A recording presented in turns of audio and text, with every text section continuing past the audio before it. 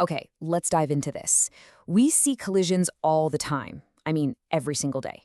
You've got the crack of a baseball bat, maybe the gentle bump of shopping carts at the store. But what if I told you that under all that chaos, there's a really simple and honestly powerful set of rules? Today, we're breaking down the physics of impact. It's a weird question, right?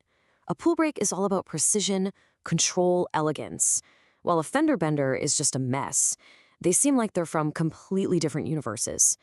But believe it or not, they share this incredibly deep, fundamental connection. Yup, despite all the differences, the chaos of one and the clean precision of the other, both of these events have to play by the exact same rule. And getting a handle on this one rule, well, it's the key that unlocks the physics of pretty much every collision you can think of. And here it is, the big one, the law of conservation of momentum. Now, don't let the name scare you. Momentum is just a fancy way of saying mass and motion. And an isolated system, that just means we're ignoring outside stuff like friction for a second. So what this law is really saying is that the total amount of mass and motion you start with, you absolutely have to end with. You can't just create it or destroy it, you can only pass it around. You know, all of that complicated sounding physics, it boils down to this one beautiful, simple idea. The momentum you have at the start, what physicists call P initial, has to equal the momentum at the end, P final. That's it. This one little equation governs everything, from planets smashing into each other to the tiniest particles colliding. It is the golden rule of collisions. So, okay, if momentum is this constant, unbreakable thing that's always saved, it kind of begs the question, doesn't it? What about the other huge player in physics? Energy, specifically kinetic energy, the energy of motion. Does it have to follow the same strict rule? And boom, here's the fork in the road. This is where the world of collisions splits in two. While momentum is always conserved, like no exceptions, ever, kinetic energy is a totally different story. It's only conserved sometimes. And that little word, sometimes, is what creates two completely different types of collisions. So let's head down our first path. We'll call this one the ideal world. This is the world of elastic collisions. Think of this as the super clean, perfectly tidy, no-mess version of an impact. In an elastic collision, you lose absolutely nothing. Not only is all the momentum there at the end, but all the kinetic energy you had before the collision is still there right after. It's kind of like a perfect financial transaction, where not a single cent is lost to fees or taxes. It's just a perfect, clean transfer. Now, in our big, messy world, perfectly elastic collisions are, well, they're pretty rare, but we can get really, really close. Think about that sharp clack of billiard balls hitting each other. Very little energy is lost to sound or heat there. Same goes for air hockey pucks, just gliding on that cushion of air. The best examples, though, you gotta go tiny. At the atomic level, particles can collide with almost perfect efficiency. All right, let's see this in action. Picture this. A heavier cart, 2 kilograms, is rolling along at a nice, steady 3 meters per second. And up ahead, there's a lighter 1 kilogram cart just sitting there totally still. You know what's coming next. They're about to collide.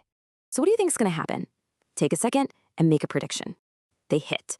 And we're saying this is a perfectly elastic collision, so we know that all the momentum and all the kinetic energy have to be conserved. What does that actually look like when it's all said and done? Okay, here's the first part of the answer. The first cart, the one that was moving to begin with, it doesn't actually stop. It just slows way down to 1 meter per second. It's transferred a huge chunk of its momentum to the other cart. And now, for the second cart, check this out. It rockets forward at an amazing 4 meters per second. Think about that for a second. It's now moving faster than the first cart was even going in the first place. That's a classic sign of an elastic collision, a super clean, powerful transfer of energy and momentum. But hey, that was the ideal world, right? Let's take path number 2, the one we actually live in every day. This is the path of inelastic collisions, and this is where things get a little messy. So in an inelastic collision, our golden rule about momentum still holds up. It's always conserved. But this time, kinetic energy is the one that doesn't make it. The total energy is still there, sure, but some of that energy of motion gets transformed.